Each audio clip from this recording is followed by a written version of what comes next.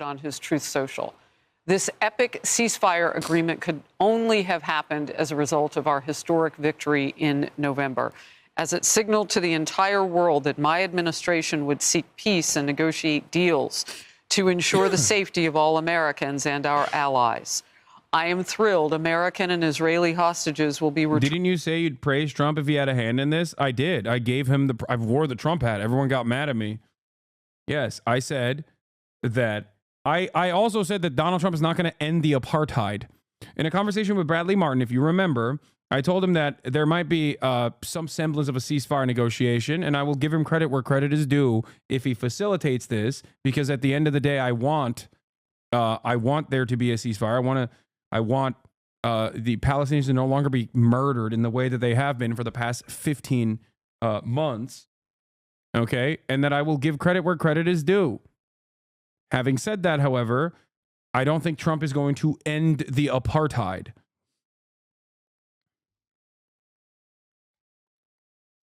And he certainly will not. If you think that he will, well, you know, you're delusional. Returning home to be reunited with their families and loved ones. With this deal in place, my national security team, through the efforts of Special Envoy to the Middle East, Steve Witkoff, will continue to work closely with Israel and our allies to make sure Gaza never, all caps, again becomes a terrorist safe haven. We will continue promoting, again, all caps, peace through strength throughout the region as we build upon the momentum of the ceasefire to further expand the historic Abraham Accords.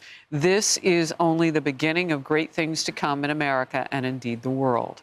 We have achieved so much without even being in the White House. Just imagine all the wonderful things that will happen when I return to the White House and my administration is fully confirmed so they can secure more victories to the United States. Before we go to our next guest, I want to ask to hear from potentially the incoming Secretary of State at his very own hearing today, was asked about Gaza and the war there. Let's watch Marco Rubio. Why is acknowledging the facts of what happened considered glazing? Because people only look at things through this black and white dynamic, no matter how equipped they think they are with a materialist lens, with a materialist analysis. They just only see it as like good, bad dynamics. They see everything as a binary. And obviously Donald Trump is a monstrous piece of shit, but even monstrous piece of shit can sometimes do good things because it's beneficial to them. Okay? Or sometimes do good things in the interim so they can do horrible things later down the line when people aren't paying that much attention.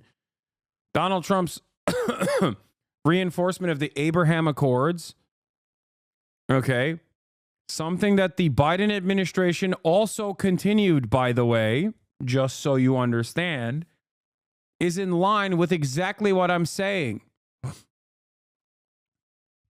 Okay? Donald Trump is going to further isolate Palestinians from every other regional actor. Donald Trump is going to continue the Biden administration's agenda of letting Israel do whatever it wants in the region to erode whatever resistance capabilities that Iran and Iranian proxies have, okay, and then try to deliver a final blow, most likely to Iran. They have a grand design, okay? Yeah, bro, pretend you are not super happy about what happened. You have the mental faculties of a sea cucumber. If you think that I am not celebrating, I did, and I do continue to give credit to Donald Trump for applying the pressure necessary in the short term. And I will continue criticizing the Democratic Party for refusing to apply this pressure, and actually change trajectory, because I understand that the Democratic Party and the Republicans are in line when it comes to like operating like neocons do. The Democrats just did the Democrats basically did a worse job overall, not better job, but did a worse job overall of just like presenting it as like pure, straightforward neocon nonsense.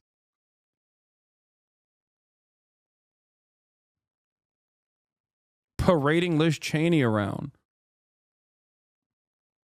Try to do a I see you, I hear you nonsense. Oh, I see you, I hear you. But like the genocide must continue. I see you, I hear you, but the baby killing must go on. Okay? We are not satiated.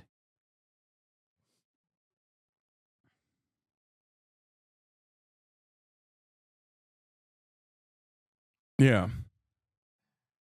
Here is a drop site, more drop site coverage on this. Became the president With Mohammed Shahada, Jeremy Scahill, and Professor Sami Al-Aryan from Istanbul.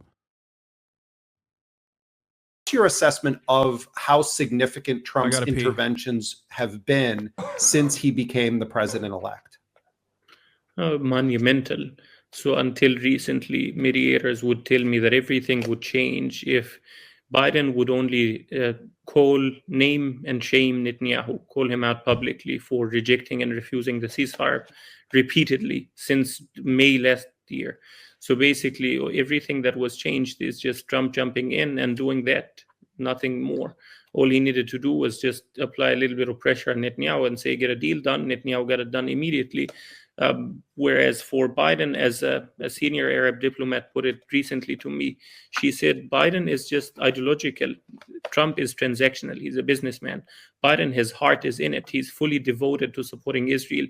And he sees any pressure on Israel as, quote, tainting his legacy. He wants his legacy to be the most pro-Israeli president there is ever. So he chose that legacy over Kamala Harris's chance or opportunity to win. Now with Trump, there is another dimension, as Dr. Sami mentioned, there's a transactional dimension that we don't know about yet. We know, of course, that Trump's pressure on Netanyahu sealed the deal. That is something that is undoubted. In the very last minutes of the negotiations, Netanyahu tried to maneuver by insisting on a couple hundred meters of the buffer zone. So now it's 700 meters. He wanted it to be 900 instead. And then Steve Witkoff had to press him and get that compromise out of him, and other issues as well, without which a deal would have never been sort of completed. But on the other hand, we are getting reports from Israeli media that are saying that Trump gave Netanyahu a gift bag in return, and that gift bag includes a promise to allow Israel to violate the ceasefire and provide them with cover for it. So in other words, to resume the war in Gaza as soon as the first phase is completed, never going into phase two, just getting 33 hostages out and then back to war again. The gift bag also reportedly includes lifting all Israeli settlers. I agree with everything that Mohammed is saying here, by the way. Okay? Trump is no friend of the Palestinians. Make no mistake. Okay? Trump is no friend to the Palestinian people at all. And he is as good as an ally as Israel can ever get. Okay? So we shall see what happens. But in the interim period, remember, if you consider Joe Biden to somehow be better than Donald Trump, you have to remember that he had the power to do this months ago, a year ago. At any step in the process, he had the power to do this. Okay? And he chose not to. So functionally, there is no difference when genocide is ongoing. You are a genocidaire. And it's doubly messed up that you can turn around and give Israel's greatest ally another W in the Western world and another W in the eyes of the Palestinians as well. That's it.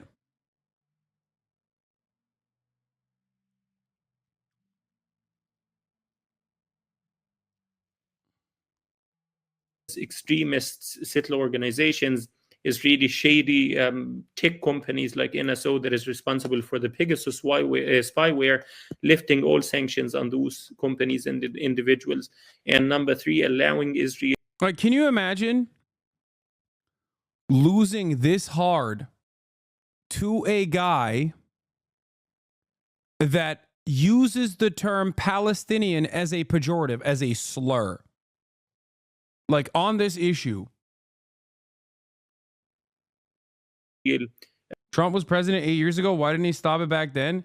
What are you talking about? Trump set the stage for October 7 and what Israel did in the aftermath of October 7. What are you talking about? Donald Trump's Abraham Accords, permanent recognition of the permanent annexation of Syrian territory, Golan Heights, the embassy move to Jerusalem, directly led to Palestinians feeling increasingly more isolated.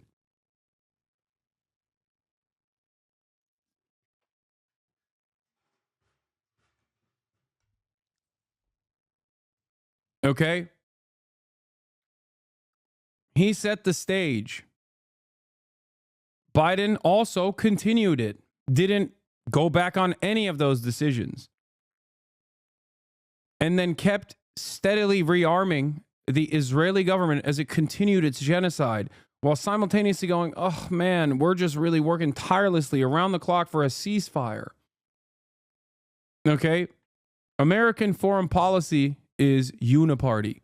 It is bipartisan. Okay? American policy on Israel only goes in one direction. And Republicans do have a tendency to make things worse, at least historically. And I suspect that Trump will make things worse for what is to come down the line. But if the Democratic Party actually wanted to stop this because they cared about the Palestinians or the bloodshed or anything, if they cared about winning this election, they would have applied this pressure instead of Donald Trump. And they didn't.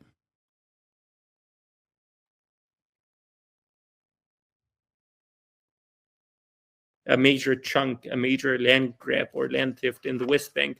So that might be the case. It checks out. The other thing is that this morning, until the very last minute, we're getting reports from Netanyahu saying that he's stealing Bezalel Smotrich. No, don't worry. It's only going to be a pause. It's not the end of the war. We will resume the war again. And in return, Smotrich asking for, quote, forcing Gazan migration as one of his conditions, is that even if there is a ceasefire, even if the war ends, you need to maintain conditions in Gaza as hell on earth, make it as uninhabitable as possible, ban concrete and cement from going in like Israel did in 2014, prevent reconstruction, and then people will leave, will have no option but to leave or face death by starvation, cold, or disease. So that's just on its face, the optics are insane. This dude is a real estate developer. Yeah, you do understand that that is deliberate. Okay? Like, the fact that he sent this guy from Mar-a-Lago and not like a former State Department official that is going to be in his current cabinet or whatever is also by design. The fact that this person was de facto Trump, right? Like, this guy is Donald Trump. Stephen Witkoff was going to operate as though he is Trump, right? So Donald Trump sending him over is a fuck you, okay? Is a way to reassert dominance, to basically say, like, we are the ones who hold all the cards. That's number one. Number two, like, forcing Netanyahu to come and work on a Saturday. That is optically something that Democrats are terrified of doing, that Donald Trump would absolutely do. That's like a classic real estate, like shady real estate guy who's like, no, I'm the one with the dick, okay? I'm the one who holds all the cards, not you. Okay? And they did that. They pushed for... They were the ones who actively, according to people involved in the deal-making process, they're the ones who finally actually pressured the one party that was stopping this deal from going through, Netanyahu. And I do think that there are side deals that they likely committed to in secret, and we will see what that looks like down the line. But for the time being, okay, if you think that Trump's pressure did not actually play a role, you are wrong. Even if it's purely performative, even if it was purely for optics, even if it was purely to start the new administration with a big W, okay? You have to recognize that Donald Trump read the room, saw that there was unimaginable amount of anger and resentment towards what the Americans were doing with our tax dollars, which, make no mistake, I do not think that Donald Trump is going to stop giving weapons to Israel, okay? He is, if anything, he's going to give more weapons to Israel than Joe Biden, if that's even possible. Okay?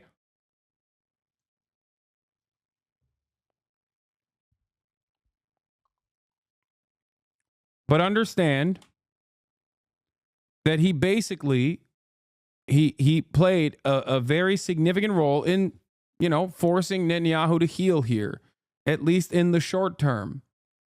So keep spamming. I agree with you on a lot, but giving Trump credit for this is insane. You can spam it all day, every day. Okay? I still fear that what will come next is going to be significantly worse.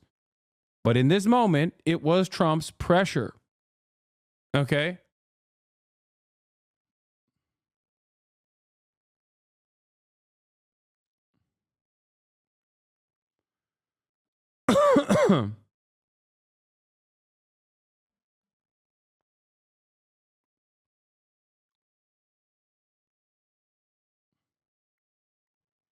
It's so funny because this reminds me of a time when I spoke about Donald Trump, giving Donald Trump credit for like how he dealt with the Korean affairs, where he basically was like, yeah, I will do the peace through strength stuff, right? But also simultaneously, he was like, I'm gonna take a sidestep here. I'm going to let the South Korean administration and the Democratic People's Republic of Korea get together and hash it out themselves. And I will, and at the time, the North Korean demands were to no longer do military training in the region in a show of dominance, and he actually abided by that. And I remember Rachel Maddow getting very mad at Donald Trump, saying like he wants to suck and fuck Vladimir Putin, and also he wants to have gay sex with Kim Jong-un or whatever.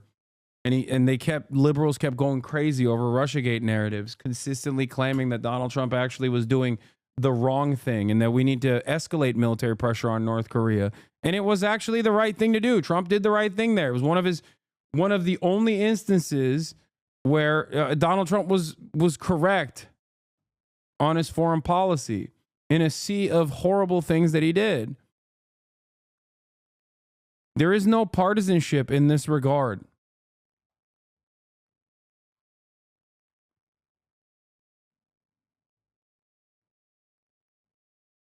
Anyway.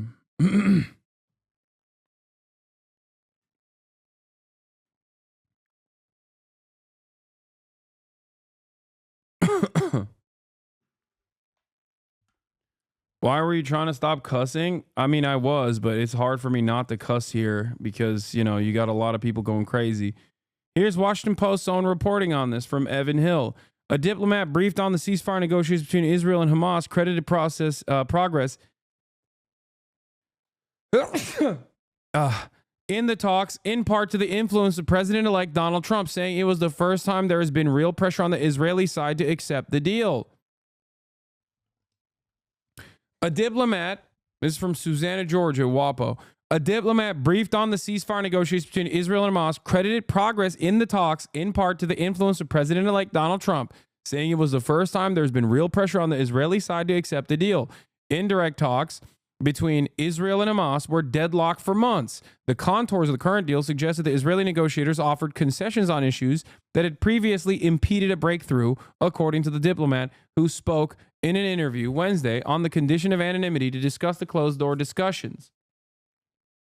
Trump's Middle East envoy, Steve Witkoff, has attended the talks in Doha, the Qatari capital. The negotiations also have been aided by Hamas's diminished position, the diplomat said. Hamas doesn't have the capacity to say no to anything. Since the October death of Hamas leader Yahya Sinwar, the militant group's officials in Doha have held fewer high-level meetings and rarely used its official office in the Qatari capital, the diplomat added.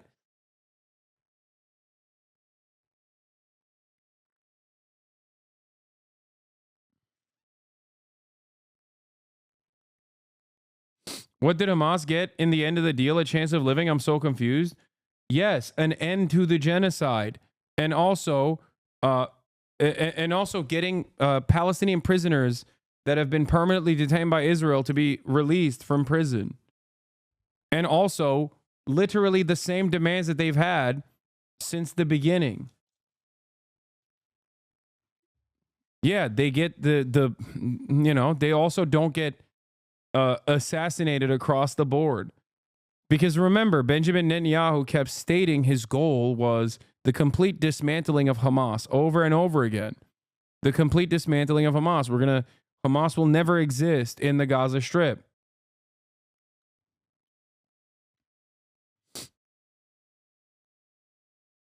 And instead of actually doing that, which was already something that Israeli generals openly stated was an impossible goal, by the way, some of those generals were removed from those positions too. Like you had war criminals like Yoav Gallant, who are no longer a part of the war cabinet, no longer the defense minister, who is an out and about war criminal, who said the Palestinians are beasts, like we have to starve them, we have to not allow them to have electricity or whatever. Like that guy was saying, there's no way that we can militarily end Hamas. It's like a ridiculous goal. It's not real. It's just a silly thing that Benjamin Netanyahu's repeating. Okay? That war criminal was correct in that assessment.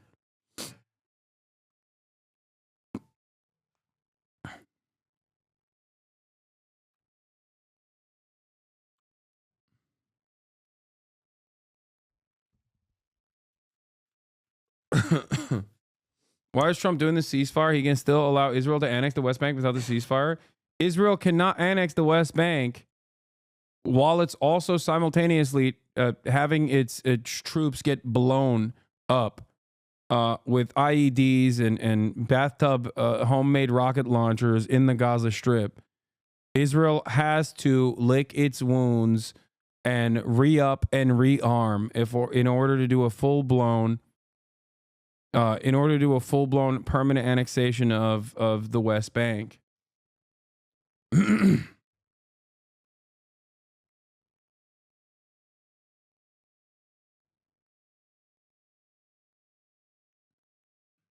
On a potential hostage deal. Do you agree that a permanent ceasefire in Gaza absolutely must include the release of those hostages? Well, it must include it because if it doesn't, there won't be a ceasefire for long. That is the linchpin of what's happened now. Hamas has been severely degraded, but these people, that include a number of American citizens, need to be home as soon as possible, and that will remain a priority in any engagement that we're involved in with regards to not just a ceasefire, but some permanent peace process.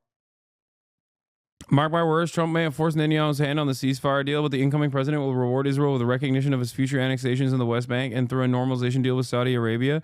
No, I that's my assessment as well. That's what I also believe.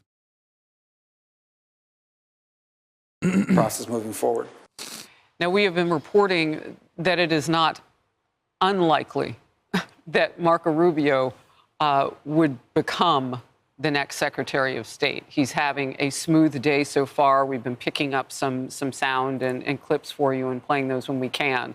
But he is one of 6 people today who are in confirmation hearings, pulling Trump's vision potentially into place. And you see the imminence with which, particularly those people who will handle our diplomacy and our fighting forces, those people are very important all the time, but particularly now, if part of this deal is going to release hundreds of killers that we know of as terrorists in the Middle East back onto the open market for themselves. I want to bring in a man who knows this very well. He is the former U.S. ambassador to Israel, David Freeman. And Ambassador, you and I were together the day that Donald Trump in his first term moved the embassy, importantly, from a political location from some in the world to its home city, Jerusalem. As you watch this now, tie it all together for me, the journey that we've taken in the last 466 days since this war began. Well, Harris, thanks for having me. And what I would say is that when, God willing, that first picture emerges of a hostage being reunited with his or her family, I will be in tears. 10 million Israelis will be in tears, and probably hundreds of millions of other people around the world will be in tears. It's been that traumatic and difficult. And my enduring thanks to my old friend, who I knew could do this, President Trump, for getting this done. It's so important to so many people.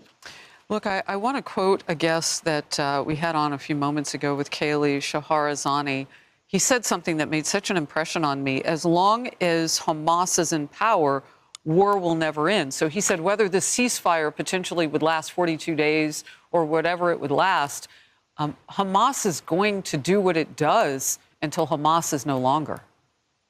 Yeah, and I think that's a very important point, because some people, I think, are misinterpreting this as some kind of a capitulation to Hamas or an agreement that Hamas can continue to rule the Gaza Strip. Well, President Trump, first of all, I was hearing his comment just in real time as you put it out. He put the words "never again" in capital letters, that never again will Hamas rule the Gaza Strip, and I think that's important. And you know, when you think about this team that President Trump has assembled, of course, his own words themselves. You heard Mike Waltz earlier today say that the Hamas has to be decapitated. You heard your colleague Pete Hegseth testifying yesterday that he supported the. Yeah, they're gearing up for. Okay, in 42 days. Okay, the phase one of this ceasefire agreement is going to be over. And what they're doing here is manufacturing consent for the aftermath of that process, where Benjamin Netanyahu will go back and be like, well, Hamas is still there. This is another thing that I also warned people about. Okay, I'm not going to sit here and act like this is a bad thing overall, because ultimately it's a good thing that there is a ceasefire. Okay. That is a good thing. That is not a bad thing. Any kind of ceasefire is a good thing. Okay.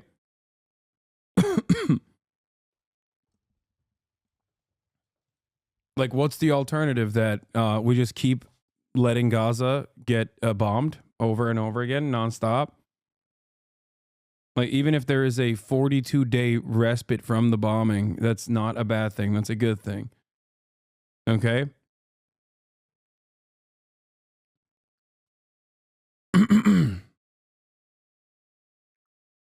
This is another thing that I pointed out to yesterday. Charles Lister, per U.S. intel, Hamas has recruited at least as many new fighters as Israel has killed since October 2023. That's long been inevitable, and they're likely more committed to an even less forgiving cause than before. To which I quote tweeted, I said, while this is an incredibly common thing that happens in every instance of Western intervention, I can't help but feel like it's partially being reported on to create the groundwork for permanent military action in Gaza out of security concerns post-ceasefire.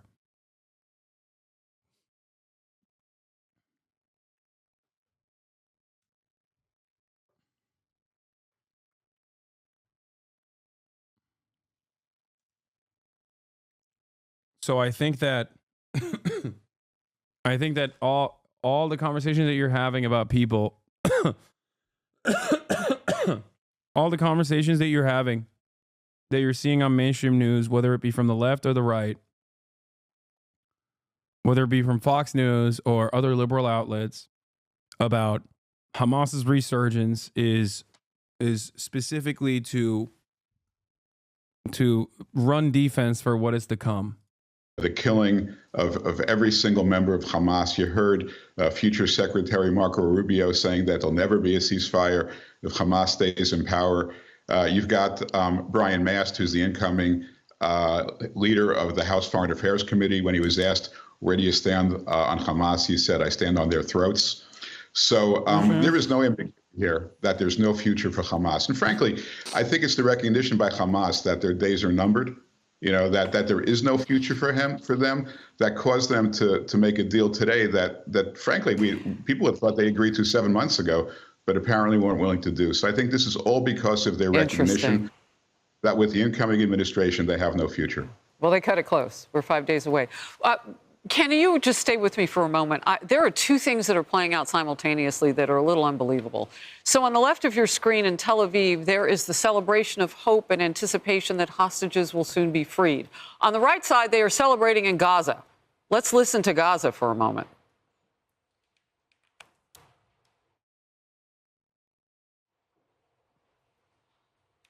Yeah, I was told we would have the sound of that. Let me know to the team when we do.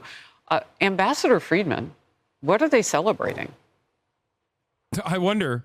I mean, What could they be celebrating? Maybe like a semblance, a crumb of hope that the genocide is over, even though it most likely is not.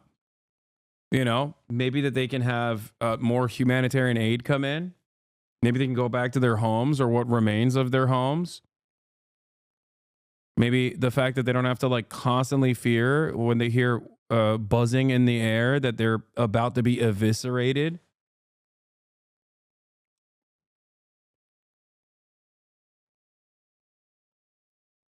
probably being sold to them as some sort of a victory. And look, it's hard. Be so for real? Not this crazy? What do you mean? Bros the Lulu? Wait, you think that's not what they're celebrating? What do you think they're celebrating? Oh, I cannot wait to do more anti-Semitism. Oh, not you, Hasan. Like, I can't wait, brother. We are going to do so much anti-Semitism now. Oh no, the fact that they have stopped the genocide for 1 second, the most moral military, means we can do more anti-Semitism. It's hard for Israelis to watch the people, the Hamas supporters celebrating, but that celebration is going to be short-lived. I mean, it's, you know, right now this is about getting the hostages back, and Israel's paying a high price to get them back. But, you know, Israel's not agreeing to end the war. Hamas has no future. And I'm hoping, I'm skeptical, but I'm hoping that maybe some of them are celebrating the possibility that Hamas is coming to an end, that with this. What an animal this guy is. David Friedman, former U.S. ambassador to Israel. He's like, I'm hoping they're celebrating for the right reasons. It's like, dude, you are such a ginormous piece of shit. Just a purely evil psychopath, dude. I hate these people so much. They're barely people. Animals, all of them. They better be celebrating the right things.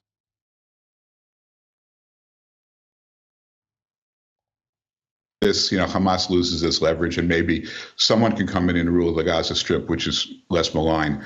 But I'm not a very good psychologist into the minds of these people. Yeah. I was hoping to get some audio, but now we have a little bit more light on the situation. They are on each other's shoulders and looking jubilant. And as you say, wait, we can hear some of it now.